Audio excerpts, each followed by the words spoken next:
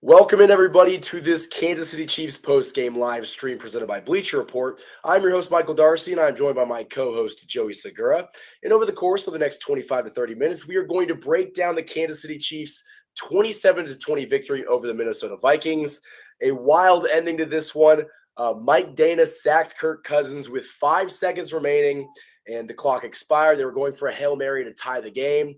A lot of controversy surrounding the Chiefs' win. There was a play late in the fourth quarter where L'Jarius Sneed did not get called for pass interference on a Vikings wide receiver. A lot of Vikings fans were upset about the call. Gene Steratore, who's a rules analyst, was talking about how he thought that was the right call. But incidentally, on that very same series, after he got called for the PI, but they picked up the flag, he took his helmet off on the field, which I'm not going to argue. That was not the right thing to do, and the Chiefs should have been penalized for that. But a lot of people are looking at the result of this game, and they don't feel like the Vikings had a fair shot. But, Joey, what are your thoughts on that? Do you think it was a penalty? How you feeling after this very narrow victory? So I'll address the penalty first. I think not calling the PI is the correct call there. I didn't, even in the moment, I didn't think it was a PI. I was upset that they threw the flag, and I was glad that they wound up picking it back up. There's not any argument against the helmet penalty. That's a penalty. That's in the rule book. It's pretty easy to spot when a player on not only right in front of the referee on national television just rips his helmet off. But it was also really bad because the ref told him to put his helmet back on. He didn't call it. Yeah, exactly. So they kind of told him, but at the end of the day, that maybe might have changed a little bit of the outcome. I don't think it changed it to the fullest extent. No matter what, Kansas City was getting the ball back. It was just going to be a matter of we got the ball. I can't remember where it was. We got it. Was at the 25. I can't remember. Yeah, it was somewhere around there. Around there. So it just affected the yardage by a little bit. Now, in terms of how do I feel about the win, great team win. Obviously they could have cleaned a couple things up here and there, but given the adversity, Mahomes tweaked his ankle early on. I don't really think that bothered him going forward in the game. Kelsey came back from the dead and just, saved us and still somehow led this team in receiving. But I think people might overreact a little bit about the way they played. I thought the Chiefs played fine. I think you have games like this in the National Football League. Last week showed it, and I think this week it showed it even more that, hey, the Vikings, regardless of what the record is, they're a damn good football team. They've got a really solid offense. That defense is stacked. They're well coached. So anytime you go on the road against an NFC opponent and are able to beat them in an environment like that too, I'll take any win. Yeah, listen, a win is a win in the National Football League, and I don't really care how they get them. But part of me does feel like coming out of this game, the Vikings' pass defense has been really bad. I think they're actually the worst in the NFL in that defensive metric, and their pass rush isn't bad, but this was a defense that I expected the Chiefs' offense to take advantage of. They had some injuries. Mahomes had that ankle aggravation, which was kind of a late hit after the fact, and then Travis Kelce suffered that non-contact injury, which, not going to lie, Chiefs Kingdom, right off the bat, I thought the worst. I thought that might have been a season-ending injury just because when you have those non-contact injuries, especially playing on turf, my mind immediately goes to the worst. But somehow, some way, after getting x-rayed, he came back out, and not only was our best wide receiver or best receiving option, he got a touchdown pass later in the game. Like, it just shows you that you literally have to kill Travis Kelce to get him off the football field. And just the guts and resiliency to come back in after that kind of injury. I believe I saw it was a high ankle sprain, and the training staff let him come back out to play. But a high ankle sprain is nothing to mess with because Clyde Edwards-Helaire a couple of years ago had a high ankle sprain. He was out for like 6 weeks. So the fact that Travis Kelce suffered that injury, and granted, he probably had a lot of adrenaline going, but he came back out and wasn't just a decoy. He was the go-to guy, and you gotta just have so much respect for Travis Kelce for doing that. But yeah, the Chiefs were able to get enough of an offensive surge to win this game, but I'm not really coming out of this game feeling like we've solved any of the problems on offense. I will say our wide receivers looked better. They didn't look terrible. We saw Justin Ross make a couple catches. He did drop some too. Kadarius Toney, Rashee Rice had a touchdown, but he also made some big catches. A guy that always somehow finds a way to make big time catches in the most unlikely circumstances is Justin Watson. He had a couple catches in this game on 3rd and long that I don't know how he made them, and they quite frankly saved us in this game. But I mean, I guess we saw individual wide receivers step up, but I think as a whole, this offense still left a lot to be desired.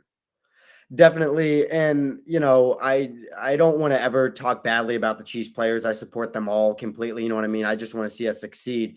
But you can kind of look at that wide receiver room. And if I'm being brutally honest, I don't know that I would give, if I had to give a letter grade to these wide receivers, I don't know that I would give any of them better than a B minus. I mean, that's just kind of the reality of the situation right now. And that's not saying the young guys like Rashee Rice or Sky Moore, or Kadarius Toney can improve on that, because they can, but that's just where we're at right now.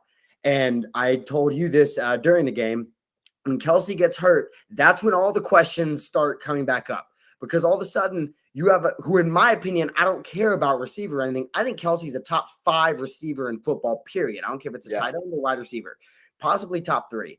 So once he goes down, all of a sudden all bets are off. Your safety net's gone. So what are you going to do here? And I think that's going to be something that comes up. I think the growing pains of this young offense are going to continue later on into the season. But as I've been consistent, and you have been consistent as well on these live streams of saying, we have Andy Reid, Patrick Mahomes, and Travis Kelce right now. And that's all that matters. And they're going to work through it, and they're going to try to make the best out of it. Would I love a little bit more of a safety net? Maybe a couple more reliable veteran wide receivers? Yeah, of course I would. I would love a guy like a Juju Smith-Schuster right now, who you can go out and get yards from, and we don't have that right now. But we have to work with what's been given to us, and the Chiefs are doing that, and they're pulling out wins. And we have to remember, this is the National Football League. Like, this is not an easy sport. So, yes, I'd love to see the Chiefs just come out and run teams out of the building like they did the Bears. But the reality of the situation is, these teams and these other guys are all professionals too, and they're the best in the world at what they do. And it's not realistic to look at it every week. And when we don't win by 21 every time, for us to act like the sky's falling down. A win is a win, regardless of how well they played, and they're going to improve. And that's what they're going to continue to strive for. I think a perfect example of a win is a win, not only is this game, but the Vikings, who we both believe are a much better team than their record shows, they're playing in these games, but they're on the losing side of these games. Yeah. The Chiefs are 4-1 right now, and the Vikings are 1-4. And the Chiefs could easily have a couple losses under their belt, but since they just find a way to win at any cost, they're 4-1. They're one of the best teams in the AFC record-wise, because they just find a way to get it done by any means necessary. And you got to give credit to the coaching staff and the offense and defense for doing just enough to win. But I think I get a little bit concerned when we're seeing this against some teams that are struggling, because you're going to have to play Miami. You're going to have to play Buffalo, Cincinnati. You've got some pretty heavy hitters on your schedule. And when you let a Minnesota Vikings team take you to the absolute end of a football game, when it really shouldn't have gone to that point, that's where I get a bit concerned. But honestly, I really was happy with how the offense performed when Kelsey did go out, because I'm not saying that the Kelsey injury was beneficial to this team, but guys, Travis Kelce's 34 years old now. His birthday was like October 5th. The Chiefs offense is not going to be able to rely on him on every single, offensive series like they have been in years prior. He's getting older. Teams are figuring out how to cover him. So who else in this wide receiver room is going to step up?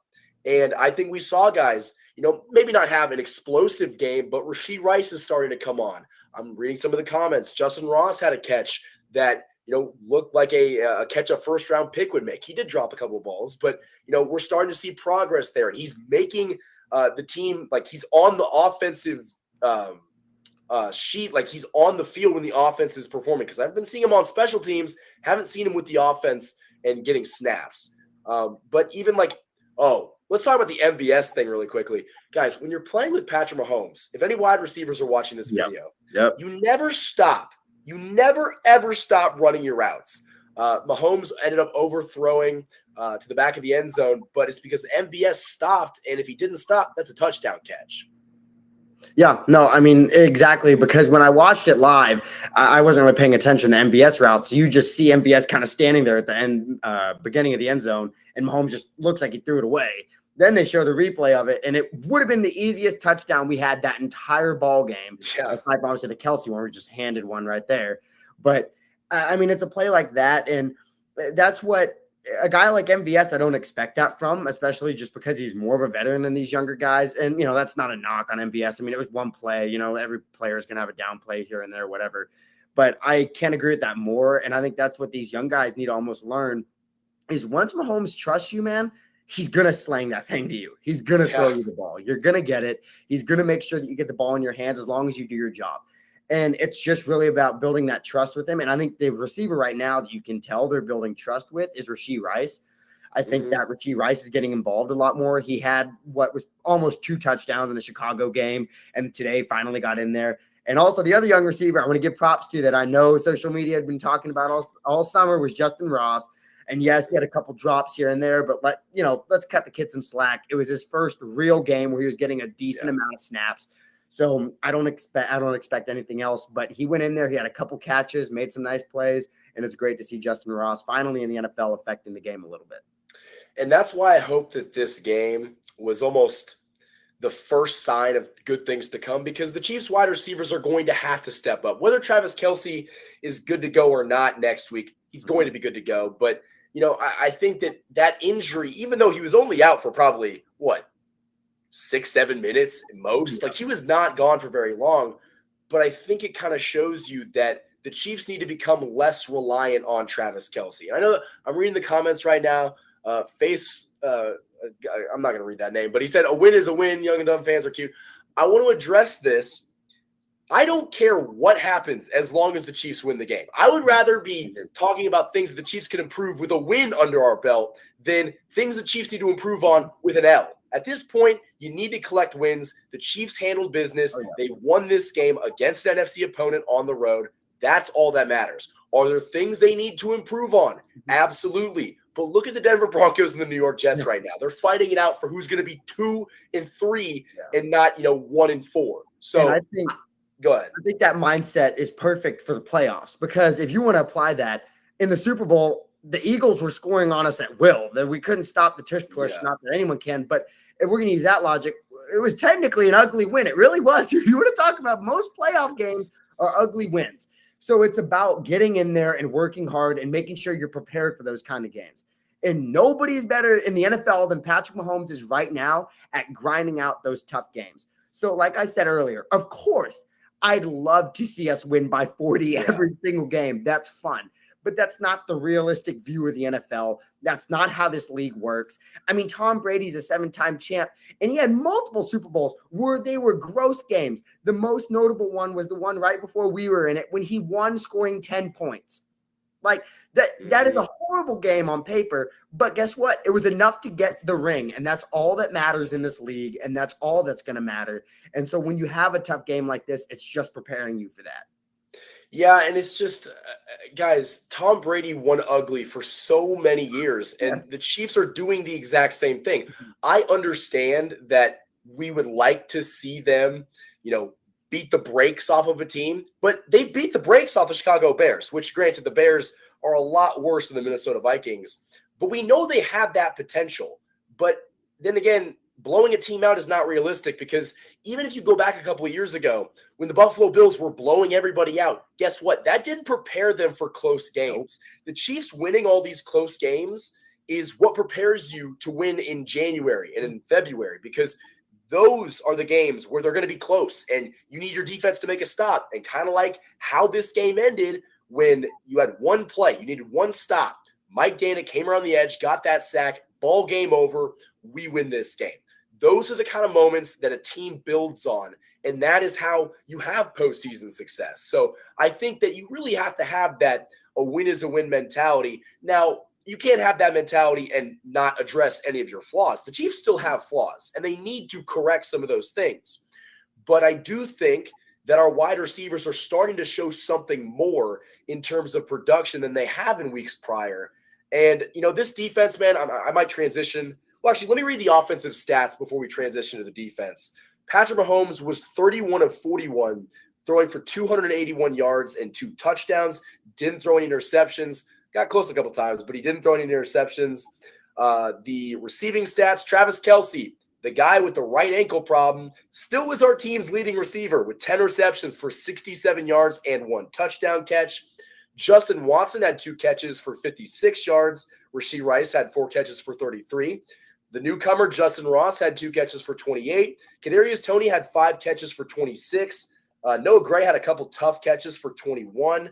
And Jared McKinnon had 2 catches for 18. Going to the rushing stats really quickly. Isaiah Pacheco had 16 carries for 56 yards, averaging 3.5 yards per carry, and he had a rushing touchdown. Jarek McKinnon had 1 carry for 7 yards. Clyde Edwards-Helaire had 3 carries for 4 yards. I'm not trying to make this Chiefs post-game live stream into the Clyde Edwards-Helaire dunk contest, because I could definitely do that. I do not understand why Andy Reid and Matt Nagy are letting Clyde Edwards-Helaire onto the football field. If you guys have been paying attention, I'm not a Clyde fan. Haven't been a Clyde fan for quite some time now. He's somehow finding a way on the football field, and when he does get forced carries, he's only getting a yard or 2 on those carries. It's a complete waste of having him on the football field. He doesn't add anything to this offense. And you saw this a couple times today where he got a couple handoffs and got stuffed at the line of scrimmage. And then they do that exact same thing to Isaiah Pacheco, and he gets like 5 yards a carry. So what are we doing, Andy? Yeah, I couldn't agree more. I'm not sure what the idea of having Clyde in is. And if there wasn't any other running backs in the situation, and maybe see otherwise. But at this point, and I wanted to bring this up too, I think Pacheco looks like he's possibly like a legitimate the guy kind of running back. Like, I think it's time for us to maybe consider the possibility that Isaiah is legitimately not all pro maybe yet, but Pro Bowl level running back, and he can be. Mm-hmm. And they said it on the broadcast, and you can't help but notice it. In the last 2 to 3 years, we haven't been able to run the ball with Patrick Mahomes. Nope. And it just hasn't been an option. Now you can eat clock up when you run the ball. You can get better positions in short yardage situations at the goal line, and it takes pressure off of Pat. So I'm just not sure why, when you have McKinnon, who's the receiving threat, especially in the red zone, and you have Pacheco, who can get you big chunks of yards, and he runs like a dog, man. I don't know where Clyde fits in on this roster. And to somewhat reference the big storylines from the summer, I personally don't believe in necessarily paying running backs. So just for Clyde, and I understand he was a first-round pick, and they're going to try to get everything that they can out of him. But I feel like at some point we've got to say he's been here. This is his, 4th season, right? And we've seen enough. I mean, there's been no growth in his game. It's been the same thing year after year. He's averaging 3.6 yards a carry this season. Why are we even trying this out anymore? I mean, and it's not even a bad O-line. We're the best, in my opinion, maybe the best interior O-line in football, and he's not able to do this. So at some point, I just feel like you got to cut your losses and just say it's not even worth putting him out there, because it's just wasting plays at this point. It really is. And so I want to transition away from the Clyde Edwards-Helaire dunk contest, because we could probably talk about that for 45 minutes. But I think the moral of the story offensively is, the Chiefs are still struggling. They are, still struggling to get the big plays. I think I saw something that Mahomes is like 0 for 9 for plays that are like 25 yards downfield with like 3 interceptions. But I think we're also seeing Mahomes take what the defense gives him more in short yardage situations. On like 2nd and 5, he's hitting those quick out routes to like a Kadarius Toney or those slants, just very quick passes, getting the ball out of his hands.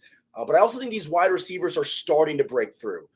We're going to have to see it continually through this next week, and they play on Thursday Night Football next week. But I do think these wide receivers are starting to break out of their shell, and that's such a great thing, because if that starts to happen, this offense is going to become more explosive. But transitioning to the defense, this Kansas City Chiefs defense, all 5 weeks of the NFL season, has been fantastic. It has been maybe the Chiefs' saving grace, and I don't think they were an exception to the rule today, because they only gave up 20 points to a Minnesota Vikings offense that has so many wide receivers that are just dogs, like Justin Jefferson, who I know ended up leaving the game with a hamstring injury, but he's the best wide receiver in football, I would argue. They've got Jordan Addison, a first-round wide receiver who had a touchdown in this game, but he's just so incredibly special. Their running backs are really good, but I was just really pleased with the defensive game plan, getting to Kirk Cousins, blitzing him on a lot of his dropbacks, getting constant pressure. The secondary held up. A lot of bright spots from this Chiefs defense in this game. Very much so, and they have been all year, and that's what's been the, I think, most pleasant surprise of our season is I thought the defense would improve. We all knew the younger guys would improve and everything, but Trent McDuffie's genuinely looked like a star cornerback. You can't talk enough about the way Snead played Jefferson today. I mean, holding him to 30 yards. And I want to point out, they played a lot of man on Jefferson compared to what I thought they would. I really did not think they were going to put him in man too often, just because when you put a guy like Justin Jefferson in man, that's a bad recipe for a play to go against you. But really, I think every facet of this defense, I mean, the only critique you can even have for them is maybe on third downs. They sometimes struggle a little bit on fourth downs, but they're holding teams to points and they're holding them to field goals. And that's all you can do. So this defense has been amazing. And it seems like this season, despite the fact we haven't had a lot of big wins, as we keep saying, it feels like this is the least pressure Patrick Mahomes has had on him in these games, because now he has a competent run game that he can rely on. Now he also has a defense that he doesn't have to worry about having to go out and score 30 every single night just so his team has a chance to win, like it was maybe the first year or 2 years in the league. This is a competent defense. Not only is this competent defense, this is a top-tier defense in the NFL now. So I'm excited to continue to see how these younger guys improve. Karlaftis has been getting to the quarterback a lot. I can't remember the exact number, but he's almost near the amount of pressures that he had his entire rookie season now. And, Chris Jones, despite missing week 1, is going to be a candidate for Defensive Player of the Year. And I'm not too worried about saying that right now, even though it's early. He's got 4.5 sacks, and he missed the first game of the season. He is so big for this team and just what he allows the other defensive line guys to do. But I don't know. I just have so much confidence in this Chiefs defense. And that's a scary thing because we've always known that the Chiefs offense was lethal. They got Patrick Mahomes and Travis Kelce, and just they were always prone to put up a lot of points. But the question was always, can the defense do enough? Can they hold a team to, under 30? That was our ask. Hold them to under 30, and you'll more than likely win the football game. And we're at a point right now where the Chiefs defense isn't giving up more than 20 points to another team. And that is a really, really good, problem to have, because if the Chiefs defense can continue this dominance of not giving up more than 20 points, the Chiefs are going to win a lot of these games. And come playoff time, when you need your defense to step up and make plays, we know that they can do this because this has been the trend. This is what they are. I don't see any glaring weaknesses with this Chiefs defense. Their pass rush has been good. They're only going to get better with Charles Omenihu, who comes back after next week. Or does he come back week 6 or does he come back after week 6? Not sure. I'm not sure which one. Couldn't tell you either. But I just know that he's going to be back in the mix soon. So your pass rush is solid. Your linebacking core, who, by the way, in this game against the Vikings, did not have Nick Bolton. He's going to come back. Your linebacking core is fantastic. And your secondary has made maybe the biggest leap of all. Trent McDuffie is looking like a stud. L'Jarius Sneed, who they were mixing him in on Justin Jefferson. He was basically shutting down the best wide receiver in football in man coverage. And what we were seeing from the guys and the safeties, Justin Reed, who I know got called for unnecessary roughness. I personally didn't mind it. I think you kind of have to set the tone against a team, and him, maybe hitting Justin Jefferson a little bit tough after the play. That's just kind of how you set the tone, by saying we're here. But Justin Reed and Mike Edwards have been fantastic. So I don't see any glaring weaknesses on this defense. And the reason the Chiefs are 4-1 right now and not 2-3 or 3-2 is because their defense has allowed the offense to go through these struggles. They have been so good. And this game is a perfect example of that. The Vikings are very capable of dropping 30 points. Your defense being so consistently great, holding this Vikings offense, which is a very good offense, to 20 points is why you won this football game. Absolutely. And the other player I kind of wanted to throw some love at is I felt like he was in the mix a lot is Mike Edwards. Yeah. He was out there. It seemed like there were a lot of big plays on third down or whenever, and he was there helping to make plays. So, it was a great team win. I think the defense has just been such a pleasant surprise.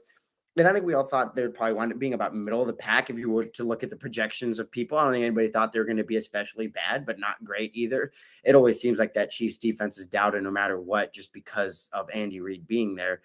But man, I don't know how much you can ask from this defense. How much more? I mean, they're playing about as best as you possibly could. And like you said, I think they had Tranquil in there in a couple of good positions where I know they kept saying in the broadcast he played safety in college, so he kind of brings this dual ability where he Yeah. can slip into coverage. He's also athletic enough that he can get to the pass to the quarterback a little bit. So I think having that kind of dynamic linebacker in there and with talent like Nick Bolton and Willie Gay and Chenal already is a great sign there. Yeah, I think that we hit on it earlier. The Chiefs are kind of going through that stretch of the season where they're figuring a lot of stuff out. Mhm. And specifically on offense, it kind of seems like the Chiefs defense has basically everything figured out. They're firing on all cylinders right now. But if you've watched Chiefs football with Andy Reid as head coach, the Chiefs always go through this patch in the season where the offense just is sputtering. I remember a couple of years ago, they had trouble beating the Giants and the Packers in primetime slots. And those were teams that they should not have struggled to beat. And everybody thought the sky was falling and that the Chiefs were over and that they struggled. They were just fine. They went to the AFC Championship game. And one of the things that they did when the offense was struggling was the defense stepped up and they found a way to win ugly. I'm comparing that stretch a couple of years ago to this stretch right now because, yeah, the Chiefs aren't winning pretty games. But then again, they're winning these games and they're at the top of the AFC West right now. They might be the top of the conference right now. I think they probably are because they haven't lost to an NFC team. And I think as long as you can get these difficult, tough, ugly wins under your belt, it's a lot better than a loss. And I will take these, disgusting wins than a pretty loss. Oh, all day. Yeah, I've never had a loss that I felt good about before in football. And to take any win, it's a win. So I know we've said that term probably 500 times on this Yeah. live stream just today, Yeah. but yeah, I mean, it's one of these early on in the season. You can't really expect too much. I think that the success that we've had have altered people a little bit to think about, and I feel like it's unfair to the Chiefs too as a roster because a lot of times I hate the comparisons to other teams. I hate the comparisons to the Patriots that we get and things like that because in all fairness, and I'm not saying the Chiefs cannot reach that level because I think there's obviously a chance that can, and it looks like right now that they're going to have a really good shot to. But like the Patriots are an outlier. They played what I would call damn near perfect football for 15 years. And like you said, they had a lot of games like this. This is how they won a lot of their games. So I just feel like we need to take a step back. And even though we are an extremely talented team and we're the reigning champs, we need to recognize, hey, every other team is filled with professional players. It's not like they're D2 teams that are in this league and it's just us. There's other talent split up amongst the league, even though we have probably 3 top 10 players in football right now. So I can't really think of anything else about the win that I would ask for. Obviously, there's things you can improve on, but it's everything that we've been saying the last couple of weeks. And it's just hoping the wide receiver core grows a little bit more. I legitimately, like I said, the only critique I can think of for the defense is third down sometimes. But I mean, I do have one. My one critique of the Chiefs defense, and this goes for the offense as well, the penalties have become a problem. The penalties are overwhelmingly an issue. On one of the Vikings touchdown drives, they ended up getting like 70 yards from our penalties. And that's something that you cannot have. I'm hoping that Andy Reid can kind of, nail it out of the guys that, hey, this is problematic. We're shooting ourselves in the foot. And I don't expect that to continue. But then again, the Chiefs have always done stuff so unorthodox. Last year, they had I think a negative turnover differential, and they won the Super Bowl. So sometimes just stuff doesn't make sense and stuff doesn't add up. But I think the last thing that, my biggest complaint is the turnovers, not the turnovers, but the penalties. The penalties have become a problem. And if they can clean those things up, I think this team is going to be much better overall. So in conclusion, the Kansas City Chiefs went to Minnesota to beat the Vikings. They won this game by a final score of 27-20. Mike Dana got the game-winning sack with time expiring at the end of the fourth quarter. The Chiefs advanced to 4-1, and the Vikings fall to 1-4. For Michael Darcy and Joey Segura, this has been the Kansas City Chiefs post-game live stream presented by Bleacher Report.